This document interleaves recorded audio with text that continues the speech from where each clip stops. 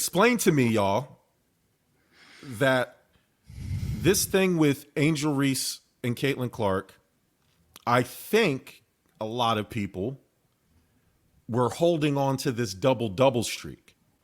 But now it's over, Mike Hughes, thanks to the New York Liberty. Yeah. Stifling quadruple defense, which I will admit I've rarely ever seen. That's like some Shaquille O'Neal stuff. Not saying that Angel Reese is Shaquille O'Neal, but Clip they it, really clip didn't. it. Jerm said she's Shaquille O'Neal. Clip it. O'Neal. They did not want her to break that streak or continue that streak. They had a chance. She did not play well. I think you can admit that. I know you're a Chicago Sky fan. I think, she's probably like 5 for 38 in her last couple games. She just, it seems, but then it's not really about her streak. Her streak was going to end at some point, right? Yeah. To me, it was more about her body language when they didn't force feed her the ball. To me, that was a microcosm of what this streak has really been about for her.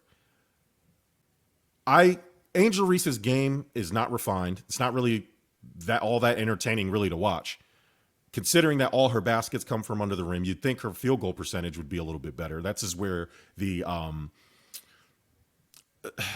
this narrative that she just collects her own misses. I think that was true in some of these games, but obviously memes and things like that exist. But when you look at her rebounds, offensive and defensive rebounds, she obviously gets more defensive rebounds, so that would say she's not collecting all of her own misses, but she does collect a good amount of her own misses.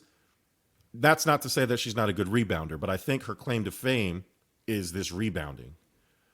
Now that the streak is over, Mike Hughes, now that people can stop talking about the record is hers, right? She broke that's over with. Nobody can take that from her unless obviously somebody goes on some other magical run. But now that that's over, where does that leave Angel Reese in this Rookie of the Year campaign? Yeah, I mean, I don't think it changes anything for me. I'm still giving it to Angel, and that's not me, meat riding. That's not just me being a part of Sky Media or trying to, say it's not Caitlin and it's not deserving. I think it's a beautiful race. I love it. I'm not here, I know Jerm's waiting for the click button. He's got it recording. I'm waiting for me to say something crazy about Caitlin, but like, I really can't. And that was the last live we did. And it's like, listen, at the end of the day, anybody can say what they want about Angel and missing easy layups and then getting her own rebound and what have you. But you made a great point. She's probably prioritizing, getting defensive rebounds. That's really where her game is. Same with Camilla. And they do an amazing job at doing that together. So I think, it's I love that point you made because it is valid. The same way, I could say Caitlin Clark averages 5 turnovers a game, and how many of those are simply put because, her offensive players, her co-stars aren't in the right place at the right time. Now there's other times and Dwayne Marcus and Martin and Protect Our Queens could tell you flat out watching film. Sometimes you watch Clark force feed somebody and it turns into a turnover. It turns into something sloppy. And sometimes they just look god awful. But that's what happens, when you're a rookie. To your point, is Angel's game beautiful to watch? Is it crisp? Is she a mid-range god yet? No, by any means, no. But I think that's a part of coming into the league. These are two alpha competitors. These are two dogs. And I think, that's the beauty of having, I'll say for the Sky's standpoint, Jerm, because you and I talked about it before, you have Teresa Weatherspoon here. They have David and they have a lot of people on the staff, Ty Young, to really be able to slow that down. I think you're going really fast with it sometimes. You just got to start to slow the game down a little bit. Once that happens, I think you're in a great spot. Unfortunately, in my opinion, for Caitlin Clark, she's going to have to figure that out on her own because I think she has a dog shit coaching staff who didn't believe Leah Boston was anything more than a role player the first 10 games of the season. And now she looks like one of the MVPs of the league. Like, it didn't take that hard. It's not that hard to figure out when she's coming off a Rookie of the Year, but whatever. That's neither here nor there. Again, though, to your point, like, yeah, it ended, but it happened. And this isn't rookie history. This is, I just dogged Candace Parker's fucking record, WNBA history. So it's definitely something, and I said it before, if, we got to keep that same energy. I hear ESPN all over the place talking about Caitlin Clark's first triple-double, but we're racking up 15 double-doubles in a row over here. And it took till about 8 or 9 of them until we started really seeing it on other social media platforms other than Give Us a Shot Network. So you got to, you always got to come here first because we're talking about it way before it's relevant. My man. Dwayne Marcus. So, okay. The turnover thing is an interesting argument to me. And this was, I'm glad you brought up the clip I made that shout out to y'all. I love the feedback. I love all the stuff, but I think a lot of you have a hard time understanding what I'm saying here. I didn't say you're voting for Angel Reese because she's black, because she's only getting rebounds. I'm saying you can't praise Angel Reese for getting her own rebounds, which she does, and then in the same breath criticize Caitlin Clark for turnovers when half her turnovers are her teammates fumbling the ball. I also said in that clip she mismanages the ball. That's just you guys listening, not hearing me. So the turnover thing is baffling because Dwayne Marcus, didn't Caitlin Clark, isn't she like on the brink of breaking Sue Bird's record? Or didn't she just recently break Sue Bird's record for most assists in a season? Wait a minute. Isn't she like less than 20 assists off from having the all-time assist record in a season for an WNBA player? So the turnovers to me don't matter because, God forbid, she completed some of those or have less turnovers, she would have already broken those records. She'd already be breaking records in points. Isn't she like, where is she ranked in the points for a rookie? She's got to be up there. She was the fastest to like 150 or 200 points or some craziness like that. So the turnover conversation to me is ridiculous because that would make sense if she was at the bottom of a lot of the other categories that truly matter. She is a point guard. Her usage rate deems that she's going to have more turnovers, especially on a bad team, which the Fever were, because they, as Dwayne Marcus and the Protect Our Queens and Mike Hughes on the Shy Kid podcast have said, the Indiana Fever have had back-to-back number one overall picks and then pick number 2 3 years ago, which means they've been a bad team. Now look at them. They're in the playoffs right now, right? Monica McNutt tried to camouflage her hate, trying to say it was based on the standings because the Chicago Sky at the time were 2 games ahead. Now look at them. You know, Caitlin Clark clapping up in the Minnesota Lynx, beating the Minnesota Lynx, the coach of the Olympic team, who's been shitting on Caitlin Clark this whole time. Caitlin Clark's been busting every Olympian's ass in the last 2 weeks. Busting their ass. To me, the argument is silly. The reason why I said that at this point you were only voting for Angel Reese because she's black is because, to me, Caitlin Clark is such an overwhelming favorite that the only reason you would tie your vote to the Angel Reese doc is because she's black and you want her to be not the hate. I shouldn't say hate for Caitlin Clark, but you're trying to hold on to this thing. And the double to me was the argument. But now that it's over, you realize, you know, especially to me, the body language is terrible because she was only coveting the doubles, and to me that cost her team games. You have Carmelo Cardoso on the bench in the bulks of the fourth quarter because you want Angel Reese to collect these rebounds. No, that's not why. That's not why Camilla's there. That's Camilla. I'll tell you straight up. You watch Camilla anytime. I mean, Camilla offensively, and I think Marcus would agree to that. She just hasn't really translated yet in the WNBA. She really hasn't been the best version of herself, and she's getting cooked by John Quell. She's getting cooked by Brianna. I hear what you're saying. Like, I haven't seen evidently that standpoint of like Angel's only in here because of this, and this. Like towards the other game, I mean, 2 games ago, they didn't even know. Anybody on the court, Kennedy Carter didn't even know that the double was at risk of being lost. So they fed her the ball in the last couple seconds. You're already up 10 points. So like it is what it is. I get that one for sure. And the body language thing. I mean, Jerm. I mean, if you're quadruple double, I'd feel some type of way for sure. You know what I mean? Like that was some like whatever. Like it is what it is. I looked at it like she was frustrated that they still didn't give her the ball. Like she was begging for this thing in the last. I don't think so. I think seconds. You're frustrated throughout that entire game.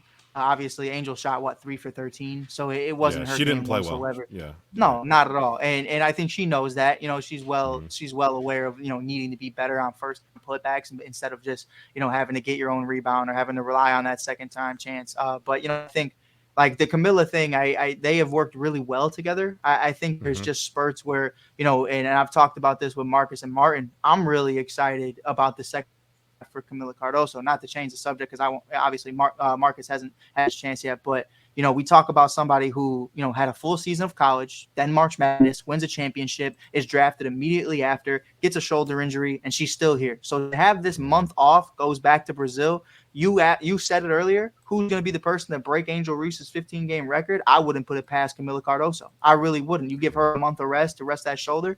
I think still believe deep in my heart that Camila could start entering the Rookie of the Year conversation. And again, to your point, people like Reese, people like Caitlin are going to make that damn near next to impossible for that to happen. But I wouldn't count her out. My bad, Dwayne Marcus. Go ahead, brother.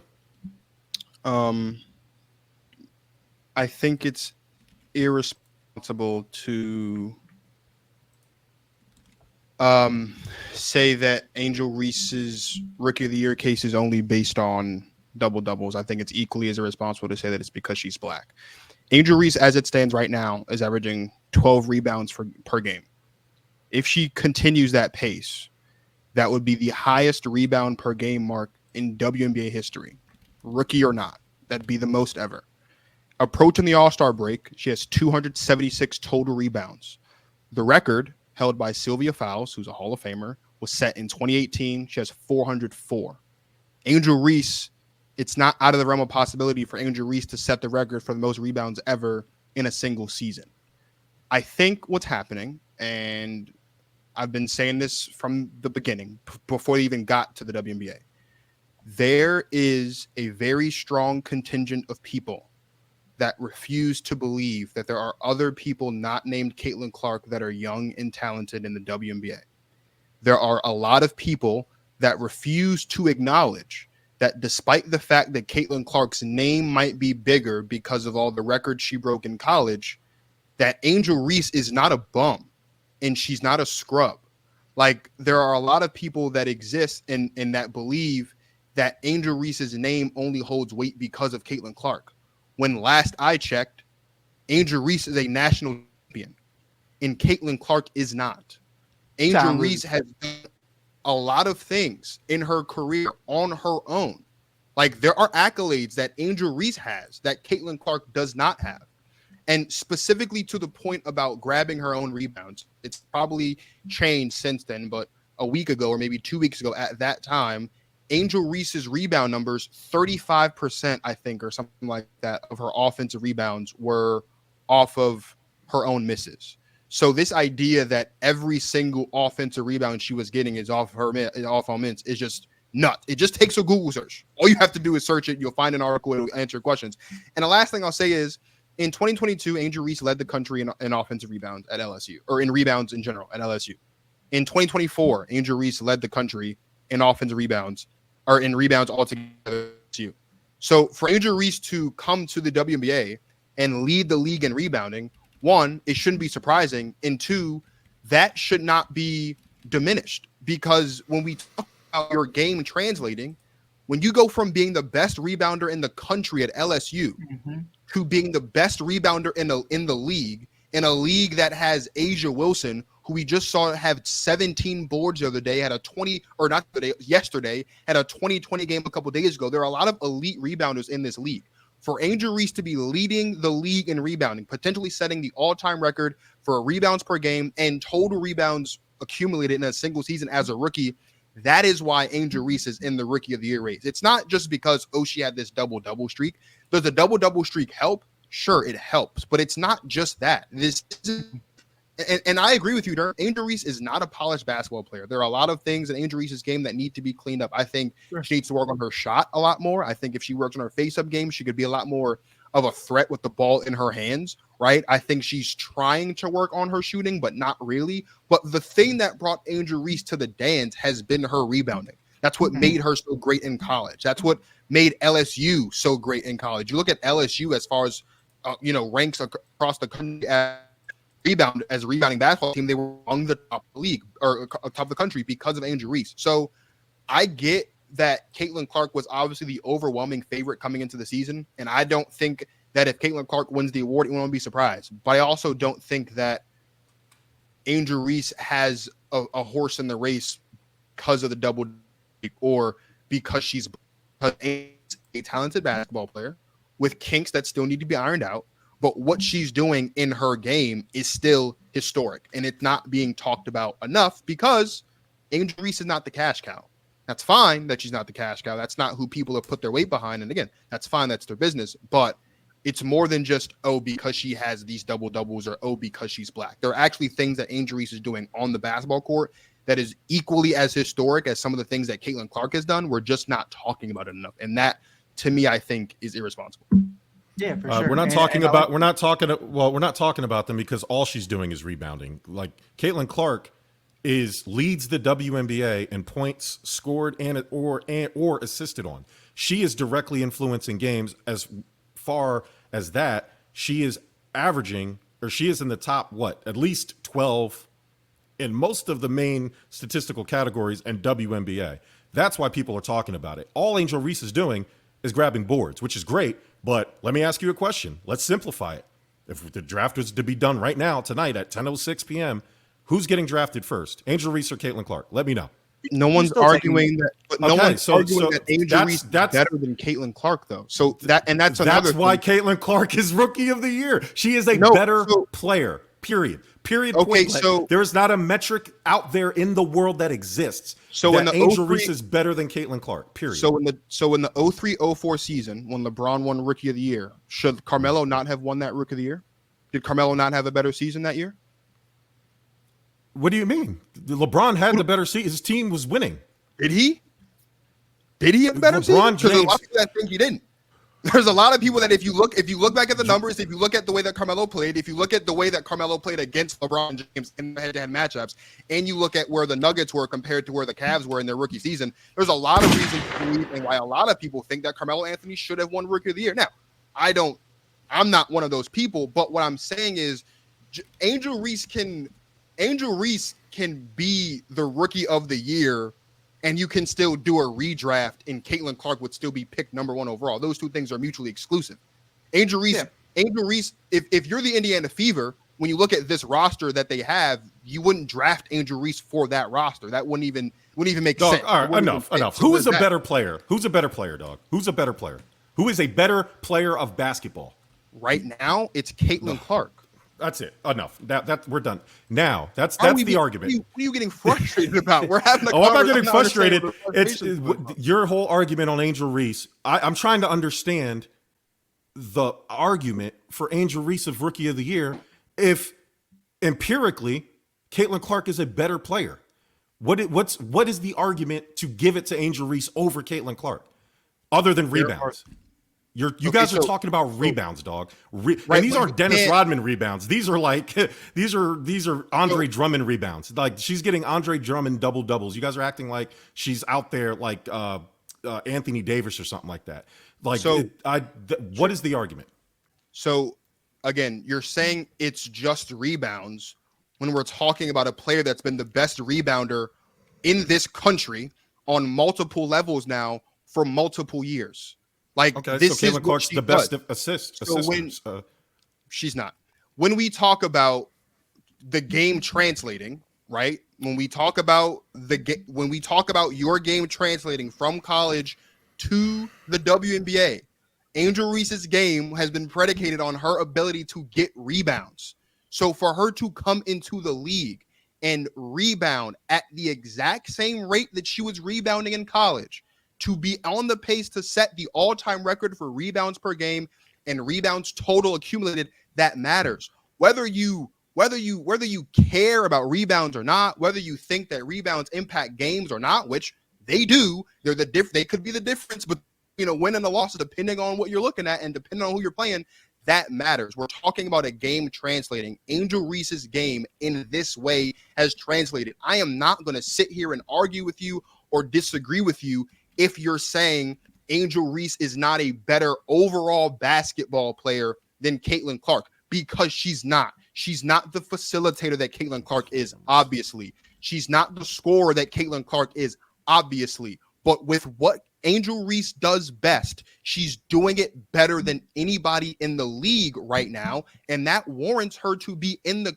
conversation. That doesn't mean she has to win the award. If you don't think she has to win the award, that's fine. But to sit here and completely dismiss Angel Reese's credibility in the race because it's just rebounding, it's not fair. This is what she does. She rebounds the basketball. What does Caitlin Clark do? She scores at a high clip. She hits deep threes. She assists. The reason why Caitlin's turnovers was such a big point of conversation at the time that it was, is because she came into the league and her first night on the job, she turned the ball over more than any other rookie on their first night ever in the history of the league. She also, at the end of May, beginning of June, went to New York and scored 1 point or 3 points or whatever it was. So I get it. Caitlin Clark has certainly turned it around. She certainly hit her stride, and as have the Indiana Fever. Same can be said for Angel.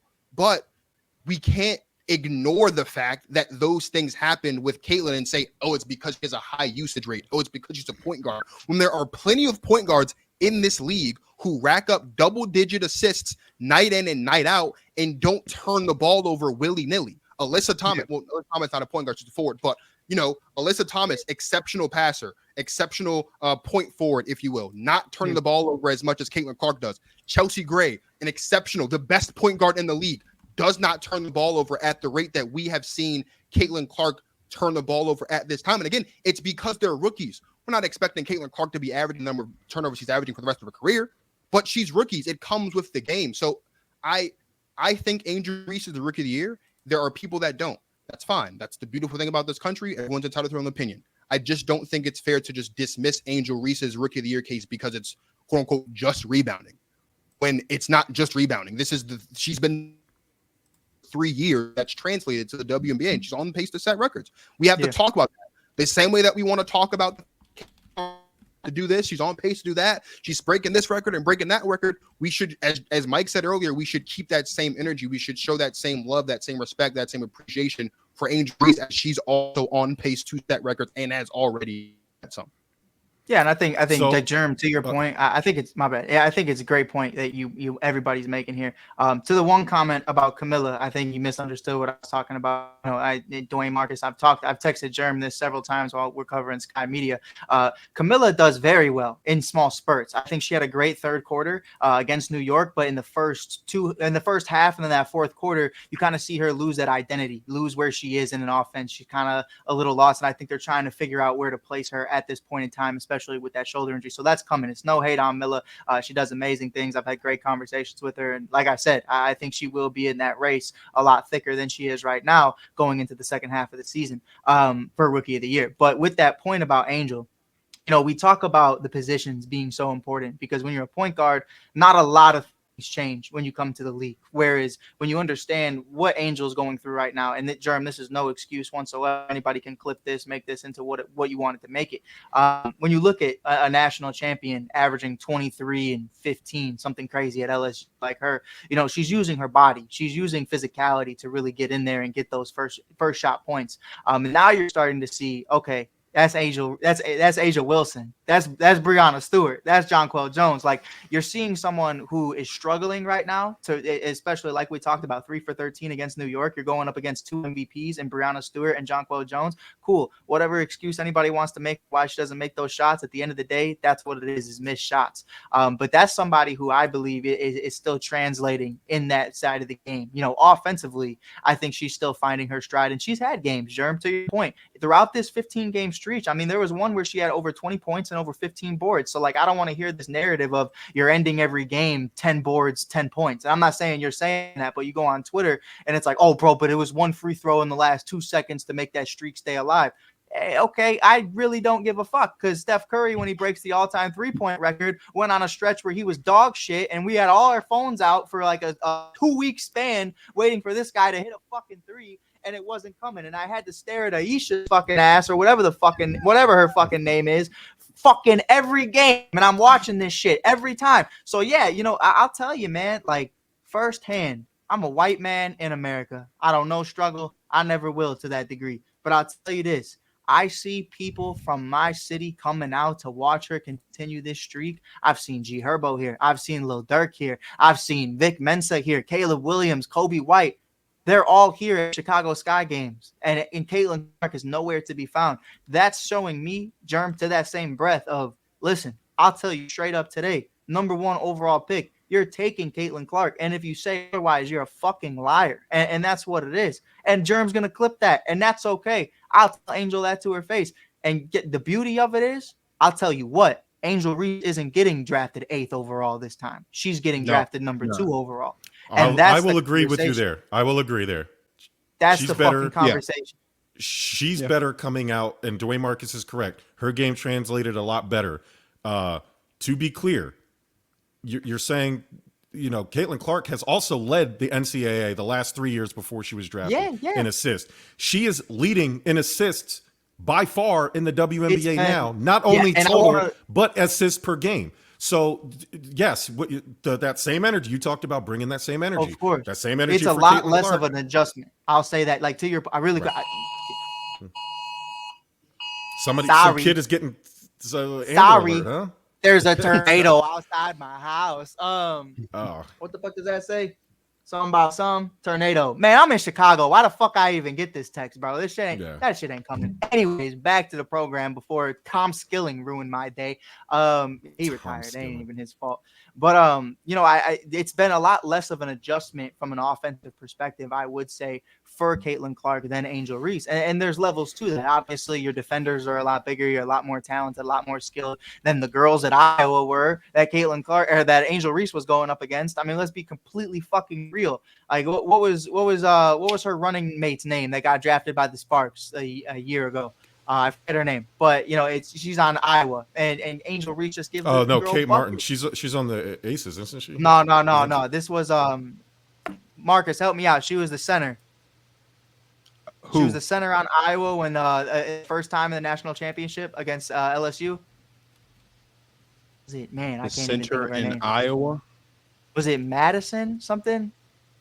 She got drafted to LA. That's all I know. But regardless of that point, I think we have those conversations all the time about the adjustments. And I will say, they've had you're good. They've had an amazing time. Really, during my speech too, Jerm, is it just everybody with a toupee on getting shot this week? That's crazy work. My bad. That's crazy work. No, that was for your meteorologist sending you tornado warnings for no reason. And my phone was muted. That shouldn't even be legal. But I think at the end of the day, I know we've had a long drawn out conversation about this. We talk about it. I was, to be honest, one of the first people to talk about it. This is Magic versus Bird. And both of them, different positions, are for different reasons, are in this conversation. But again, people are going to try to make it about, oh, well, you're voting for her because she's black, you're voting for her because she's white, you're blue, you're red, you're left, you're right, whatever. At the end of the day, I mean, they're both setting records at a crazy rate. If you want to go pick either, that's completely fine. You know what I mean? The only person, if you have anybody else in your Rookie of the Year debate, I think that's when I start looking at people crazy. You know what I mean? But again, WNBA records are going to be broken by 2 rookies this season, and they already have been in the same breath. So I think that's incredible. I'm not ducking the smoke. I'm not hiding from nothing. Caitlin's been amazing. I refuse to call her Cece, but Caitlin's been amazing. And Angel's been amazing in that same breath. And whether it's about how you value the game, brother. I think that's really how it is. Obviously point guards are going. The guys who shoot from the logo, the guys who are great facilitators, they're gonna get that love. But the rebounding side of the game, it gets lost in the shuffle, I think, sometimes. And I think it's some dope shit going on right now in Chicago on both ends for Camila Cardoso and Angel Reese. I mean, it's been a problem for sure, in a good way. WNBA is in great hands. We can all agree on that. We may not agree on the criteria for Rookie of the Year, but we can agree that them two, their story, and them being drafted, them as individuals, obviously is helping the